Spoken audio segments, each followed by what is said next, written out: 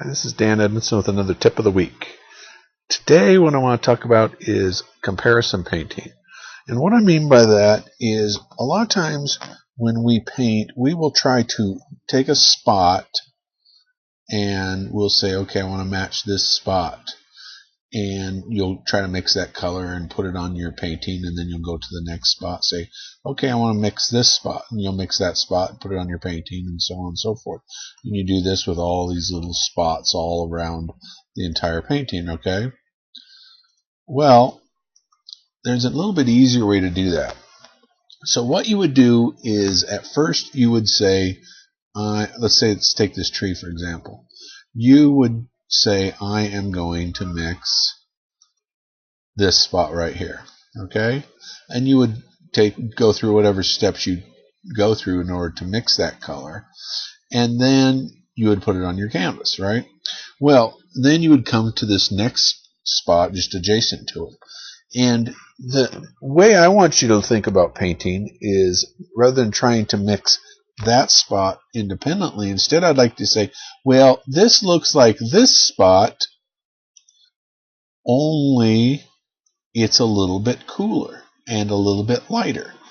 So what you do is you just mix up, you take that original mixture, and hopefully you mixed a lot of it.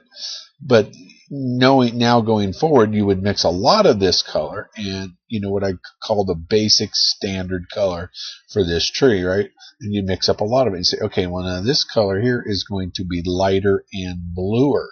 So you would add some blue and some white to it, and then you'd mix that color, and then that would look right. And then you'd take this color and you'd compare this color back to the original color and say, well, it's about the same value, but it's a little darker and maybe slightly cooler. So you would add blue to it and maybe a touch of white to counteract the value of the blue, and it would help you be dead on, right? And that's why a lot of painters will say what you do is you place your lightest light, your darkest dark in your paintings, right? And that gives you something to jump off of. And I think it's also good you place the darkest dark, the lightest light, and a middle value, and that gives you some things to compare to, right? And that way, when you're in the throes of painting, you just compare to those three spots, and you say, where does it fall for those three spots? And then you just mix accordingly, not only in value but color as well. A lot of times people will put in the most colorful thing, and they'll say, okay, that's the most colorful thing, so I know nothing else in the painting is as colorful as that or as red as that. You see what I'm saying? Now let's tie this all together with your palette, okay? Now, this is where you might want a bigger palette, because you want to leave these mixtures on the palette. So then you're going through painting, you say, okay, well, this is this color here, but this is a little lighter and a little greener. So you just look at what you have on your palette and you mix right next to it a little lighter and a little greener, and you can't go wrong. It makes it so easy, I can't tell you. So you do this for the whole painting, and you just compare one piece of paint to another piece of paint to another piece of paint to another piece of paint all the way through it. Now you may have to make some larger piles, say for the rocks and for the trees or for the greenery, and gives you a jumping off point.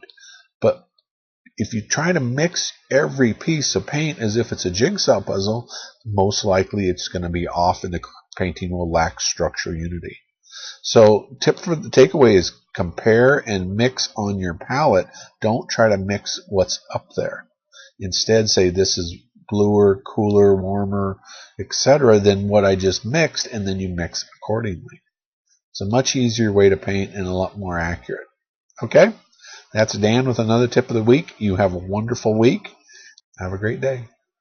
Click the box to get the next tip. I think you're going to really like that.